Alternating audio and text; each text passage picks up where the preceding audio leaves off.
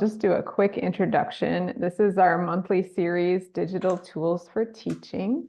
And this month I chose Microsoft and Google Forms.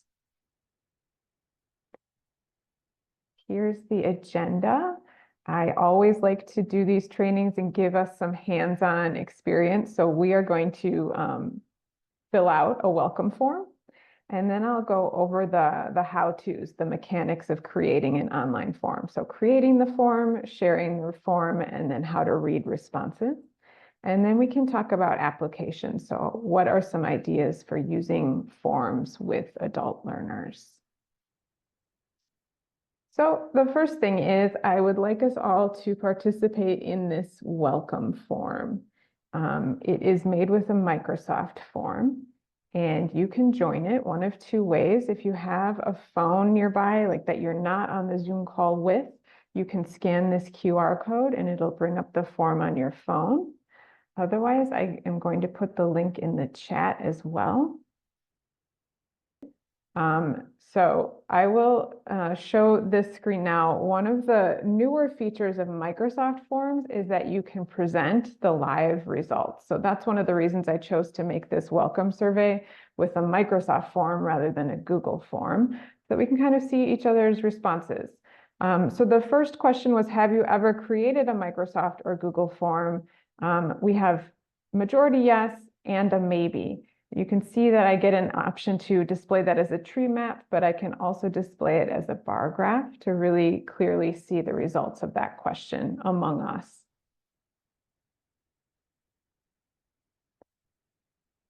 Name one way you have used Google or Microsoft Forms for work, personal, or educational activities. Surveying looks like it was the most popular answer. A sign-in for visitors. I myself just used it for catered lunch choices among our staff so that I could quickly develop that order. So you can see here, I can see my results as a word cloud. So more popular answers get bigger. I can also just see it as all responses.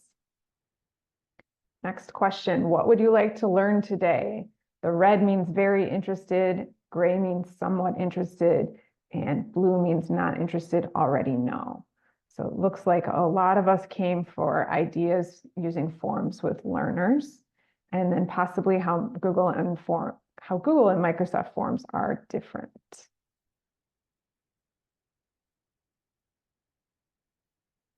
I am more likely to use, we are evenly split among Google and Microsoft. That's very good for me to know, so I'll make sure that I show both today.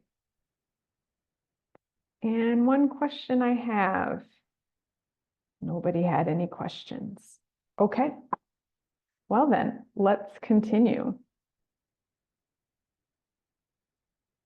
So because we had some interest and differences between Microsoft and Google Forms, I will go through how to create, share, and see results, but only so that we can sort of see the differences.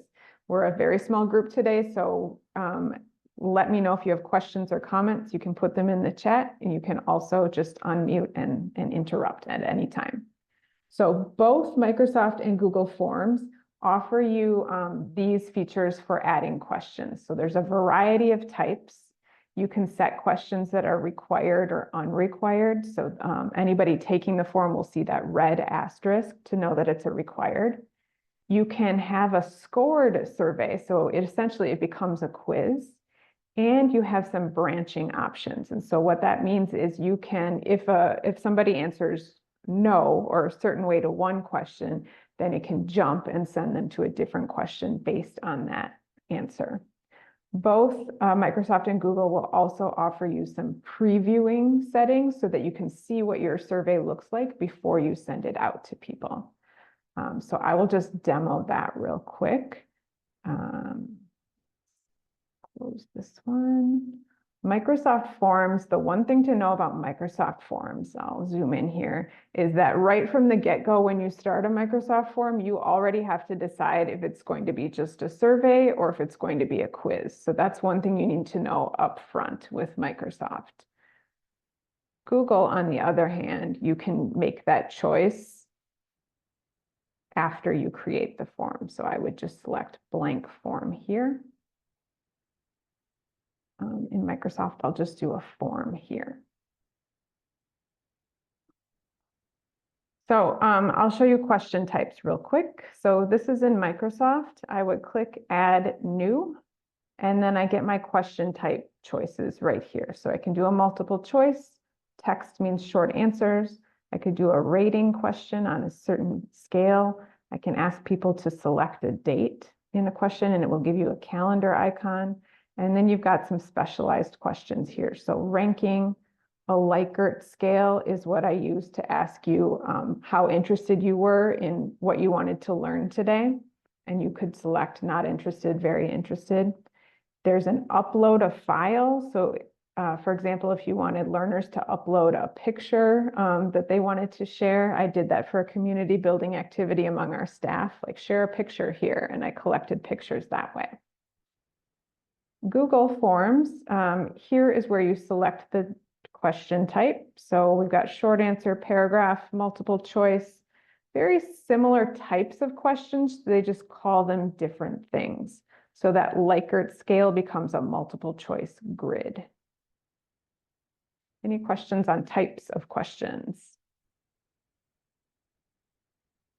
And then both, as you're designing, have a preview option, like I said. So if I hit this little I here for Google, I'm going to see what my survey looks like when I share it out with people. In Microsoft, same thing, the little I. What I like about Microsoft in the preview is I can see what it looks like for people on a computer, and I can also see what it looks like on a phone. But that's a nice feature there.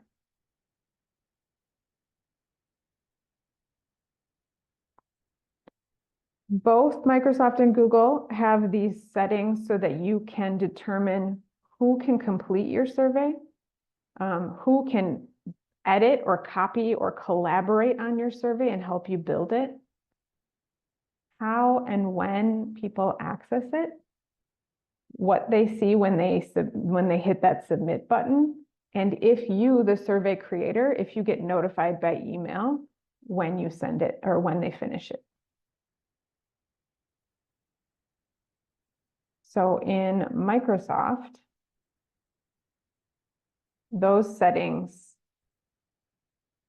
are in this, well, they're in a couple places. So the first one is collect responses. I have options here where I can limit it to only people in Wisconsin literacy, but I usually almost always click this button, anyone can respond. Okay, and that then it's an anonymous response, like I don't have to collect emails. If I selected within Wisconsin literacy, it records the name and their email address. And then I would copy the link here to share with people in an email. I also have these 3 dots in the corner, and that's where I can collaborate or duplicate. So that's how I can have other people get a copy of this survey if they want to change it or if they want to add questions to it. I can go to the settings, and I have lots of different options about who can fill out the form. I can accept responses, or if I uncheck that, that means my survey is closed now. I'm not accepting any more responses. I can provide a date window. So this survey opens on this date and it closes on this date. I could shuffle questions if you think that's important for people to see them in a randomized order. And the one that I like to edit a lot of times is customize the thank you message. So when people hit submit, what do they see? The default is your response was submitted, which I sometimes find rather impersonal. So I could edit that and say, thanks so much for your response, or anything that I wanted there. And so I often change that setting. On Google, it's the settings are up here at the top. So we have questions, we have responses, and then we have settings. And so settings in Google is where you find most of those features. Here you can make it a quiz.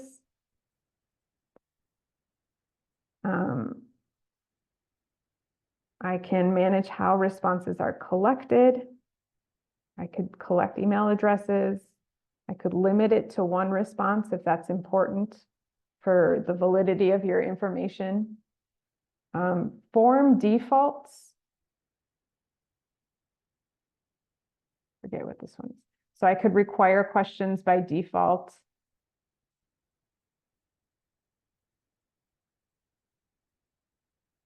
And then is it the three dots?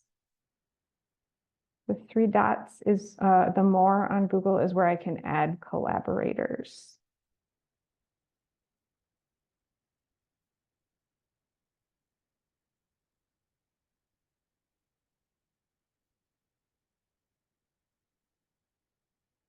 And then lastly, in sort of the how-to section of this, when you view responses, both with Microsoft and Google Forms, you have an option to see it as a summary, which is kind of like what I showed you with our welcome form, where we could see really nice visuals like charts, bar graphs, pie graphs. What did everybody respond? You can also see individual responses. You can see responses by question to see if there were trends. This is particularly helpful if you're designing a quiz. I know for a fact Google will show you like here are some questions where everybody got these wrong or where a lot of people got them wrong. And then both types of forms allow you to export answers to a spreadsheet. So I'll just go back to the Google form. The responses is a tab up here at the top. I don't have any responses because I haven't gotten one, but then it's real clear here. I can link to Google Sheets and it opens up responses in a spreadsheet for me. In Microsoft, the response tab is up here on the left. I don't have any responses, but I can go back to our welcome form.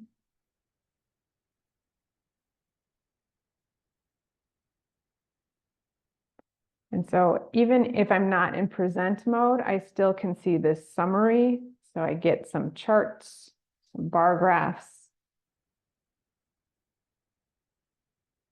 and then I can open results in Excel.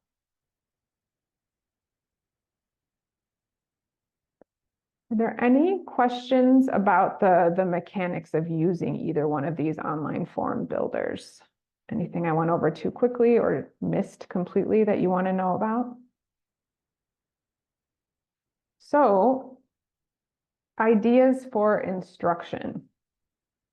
I have three categories here, but they're very broad. So I would love to have your input, any ideas that sort of pop into your mind as we're talking about this, or ways that you've already used forms with learners. I think forms are a great way to do just a different kind of assessment. I know a lot of members are using forms for intake, online forms, so Google or Microsoft Forms at their intake process for both learners and tutors, and for getting to know you forms. Sort of formative in the middle of learning assessment, you could just do a quick exit slip. So at the end of a lesson, a tutor could say, here, answer these two questions on this online form.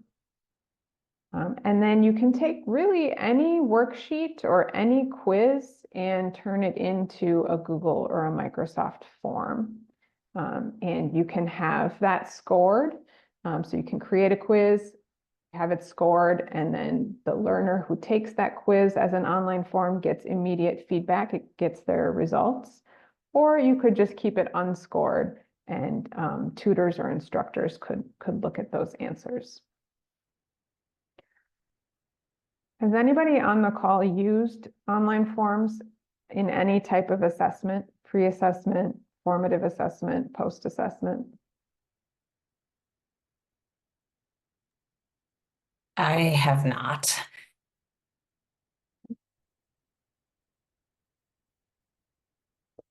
Are there any challenges that you could foresee with using online forms for assessment?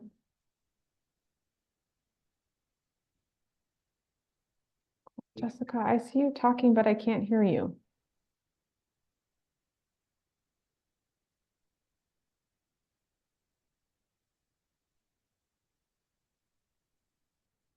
Can you hear me now? Yes. Okay. Sorry about that. Okay, so we currently just use a Google form for like a short survey. We also use it every time a customer comes into our center. They just answer 4 quick questions. But we're looking at going more paperless, and we currently our intake forms, it can be like, I think everything's tried to be crammed onto 2 pages. Mhm. There's a lot of questions. So I'm kind of thinking about how we can create an intake form for a customer on a tablet, for example. Rather than having to handwrite and fill out a form. Yeah, interesting. And you've hit on some of the benefits too of switching from paper to online. Like one, just that it is paperless. Yeah. But two, it gives you a nice solid, like one place to keep all of the data that you collect. hmm But yeah, so it's just trying to figure out how to properly, the flow of the questions, or, just not doing it before. So it's annoying. Sorry. I'm in a different office than I'm used to, so I got bells and whistles going off. I don't know what they are. Carlene, have you used online forms for any type of assessment?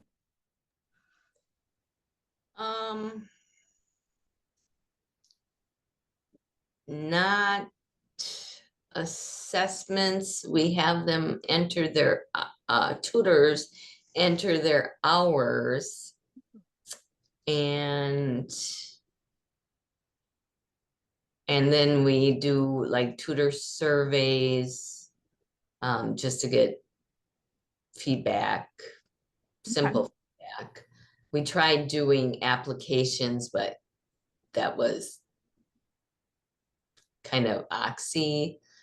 Either like a PDF was oxy, they either had to fill it in, scan it, and send it back to us. And we found that we didn't get too many responses because it was too much work. Or doing a Google form, there was just a lot of questions, and then we ended up with just this spreadsheet with all these answers, and we had to take those answers and write them into an application anyways. Oh, okay. All right.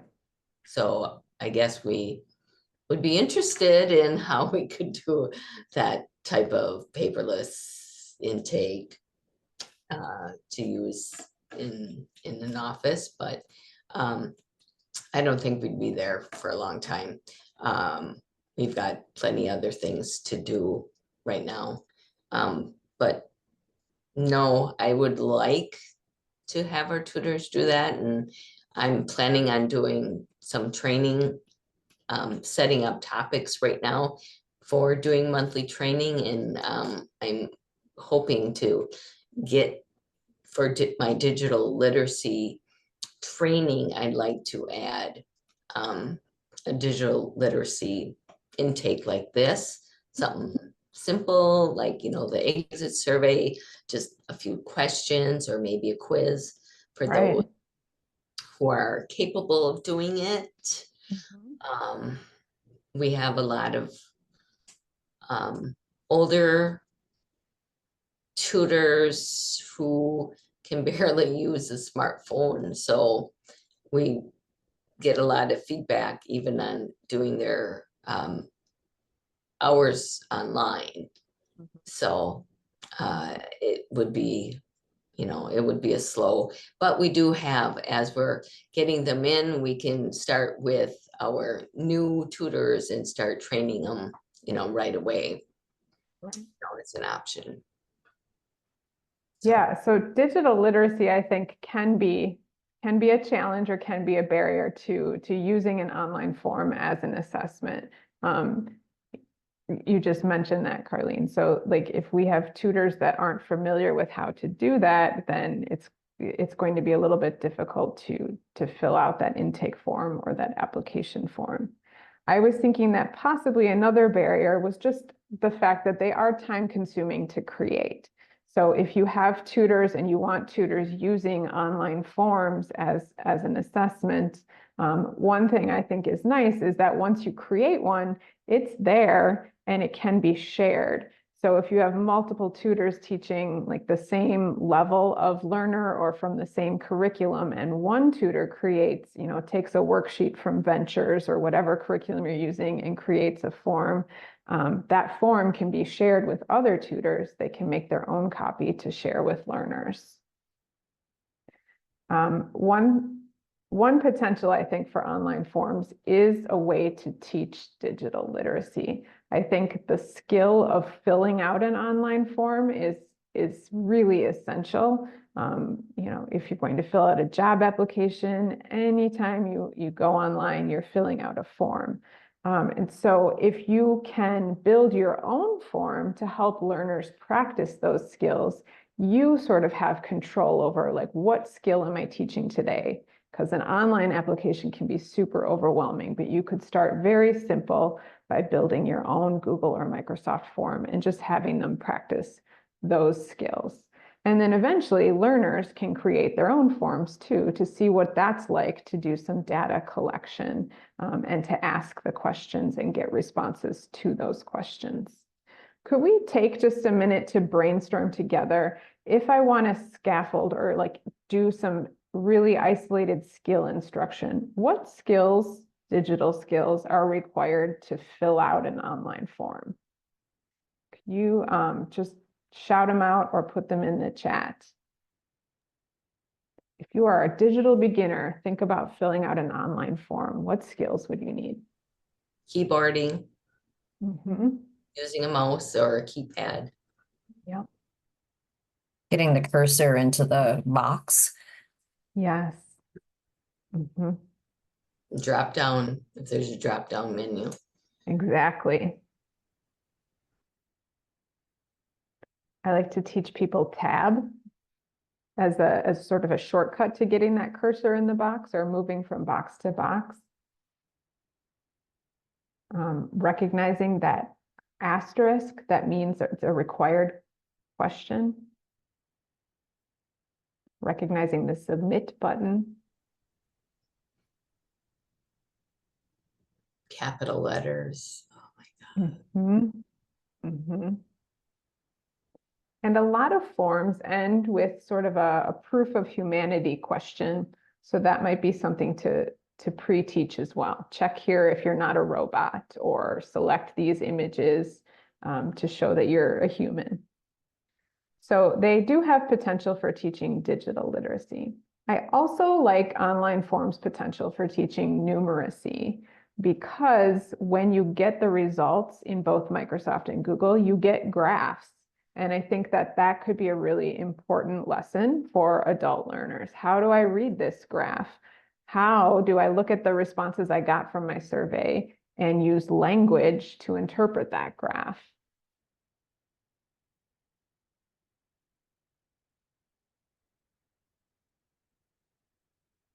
Any other ideas for using forms for instruction or questions?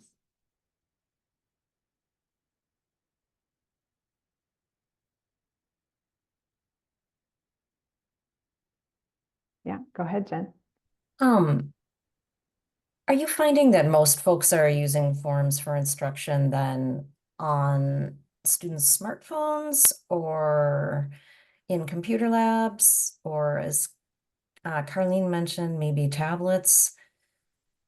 Yeah, I don't have a whole lot of information about how members are using forms.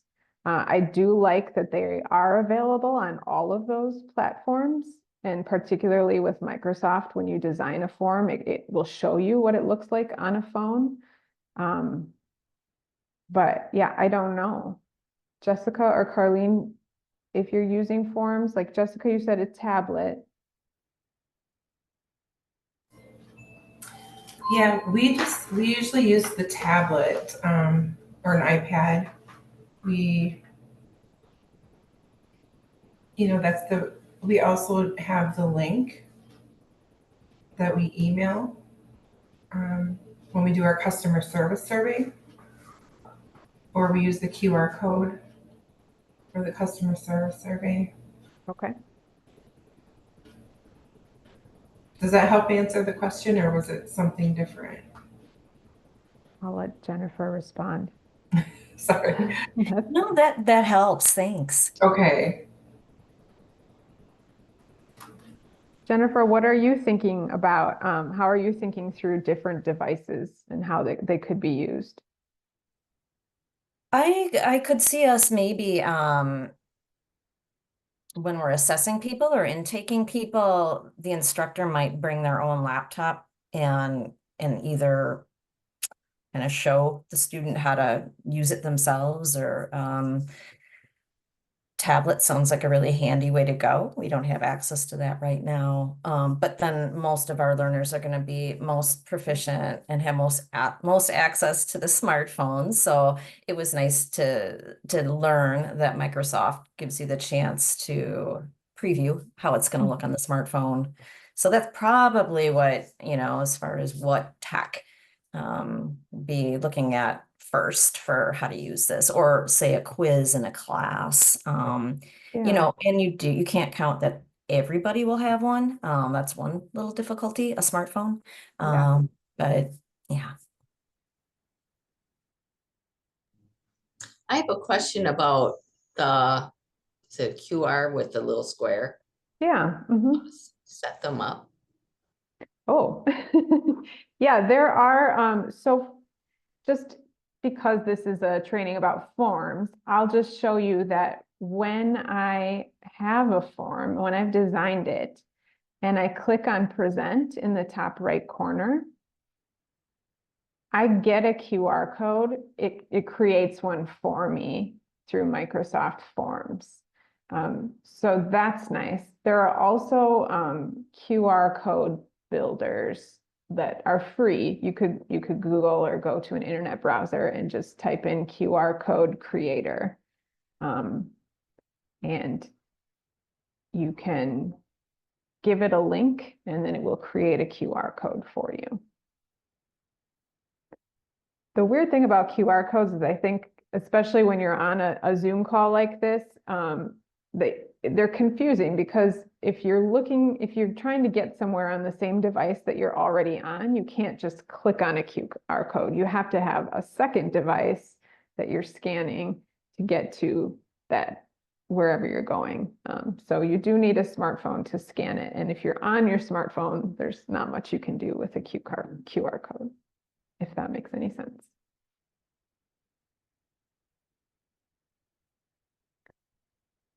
Any other questions or ideas for using online forms?